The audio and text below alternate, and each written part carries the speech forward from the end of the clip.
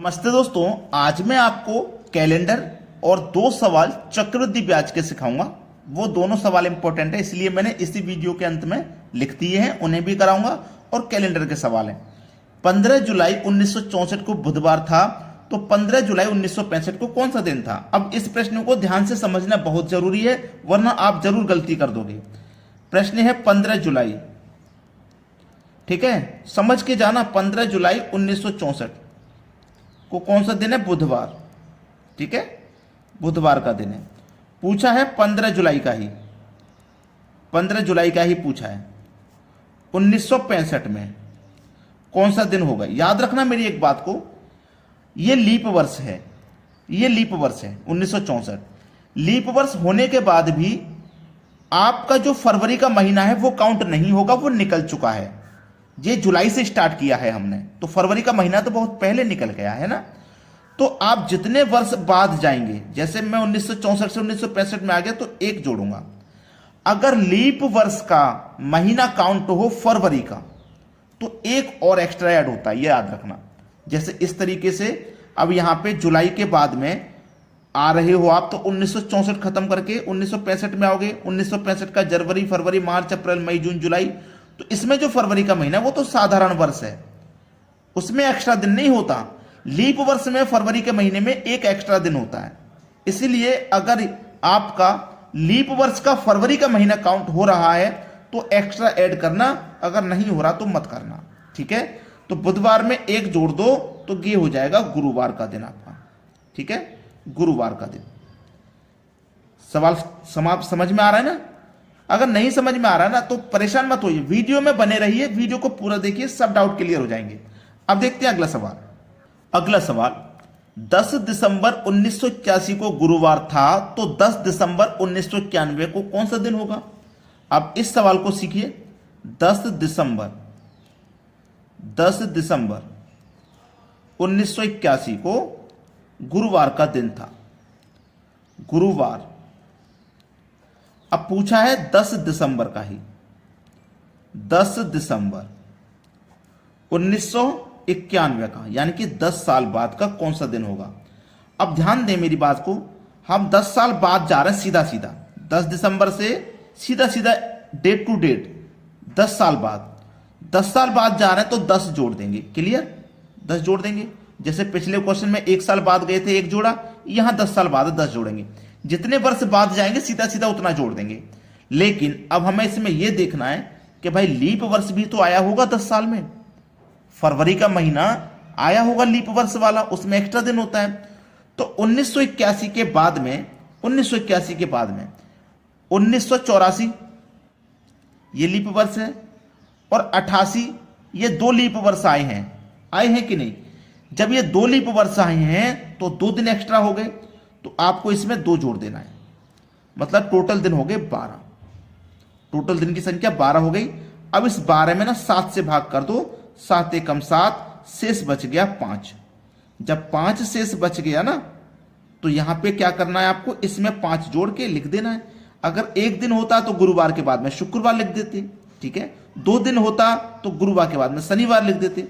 अब 5 है तो 5 जोड़ के लिख दो, 1 2 3 4 5।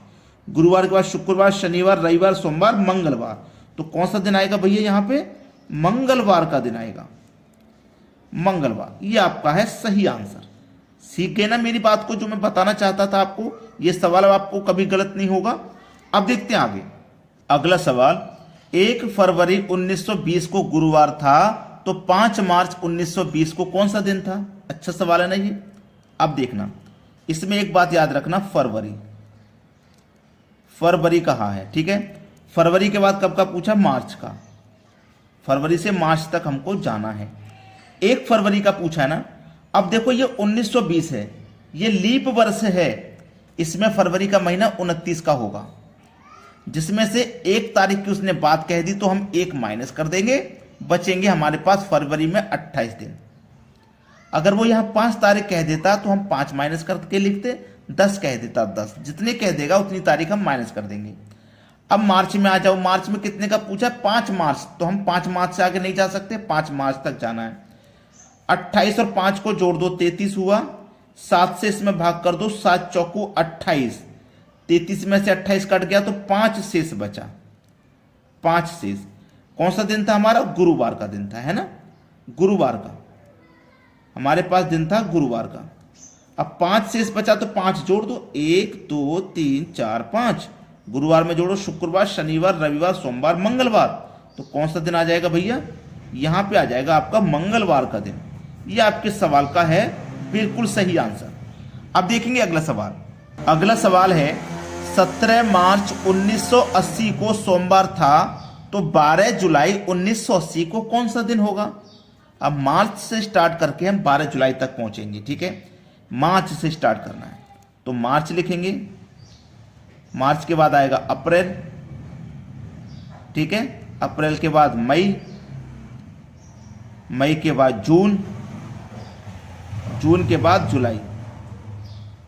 क्लियर? जुलाई तक पूछा है ना, जुलाई तक आगे। चलिए, मार्च हमारा 31 का होता है, जिसमें से 17 तारीख की उसने बात कह दी, तो 17 माइनस कर देंगे बिल्कुल पिछले क्वेश्चन की तरह। तो बचेंगे कितने? 31 में से 17 गया, 14 बचा। तो मार्च के महीने में बचे 14 दिन। अप्रैल का महीना कितने दिन का होता है? 30 का। मई 31 का, जून 30 का, जुलाई में बोला है 12 तारीख, तो 12 तक जाना है।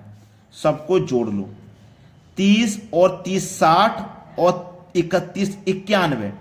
91 में जोड़ो 14 तो 105, 105 में जोड़ो 12 तो 117। ये हुआ 117।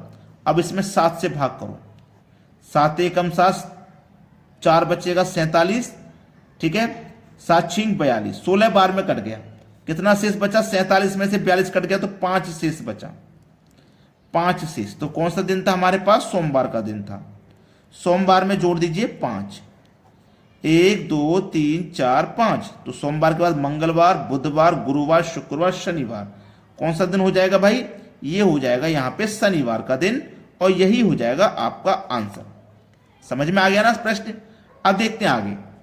अगला सवाल है 20% की दर से 2 वर्षों का प्राप्त चक्रवृद्धि एवं साधारण ब्याज का अंतर कितना होगा यदि मूलधन 5,000 रुपए है? अच्छा सवाल है, ये डिफरेंस वाले सवाल हैं।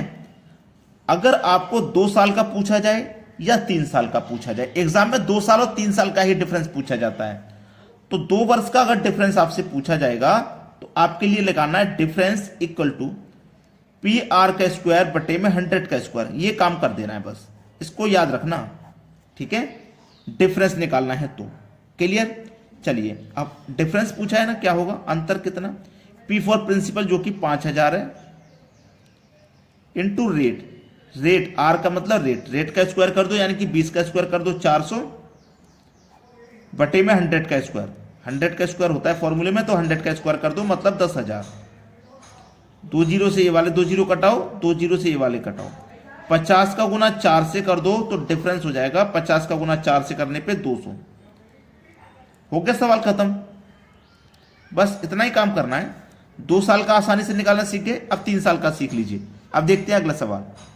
अगला सवाल है 5,000 रुपए की राशि पर 10% की ब्याज की दर से 3 वर्षों का प्राप्त चक्रवृद्धि ब्याज एवं साधारण ब्याज का अंतर कितना है? 3 वर्ष का है। अब 3 वर्ष के लिए भी मैं आपको नोट करा देता हूं यहाँ।